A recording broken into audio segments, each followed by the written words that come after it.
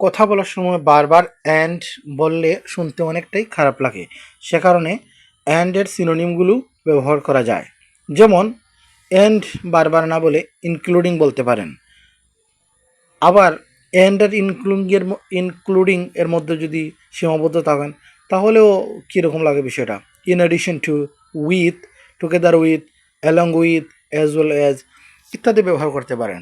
এখানের মধ্যে সবথেকে বেশি ব্যবহৃত হয় অ্যান্ডের পরেই উইথ, এবং ইনক্লুডিংও ব্যবহার হয়।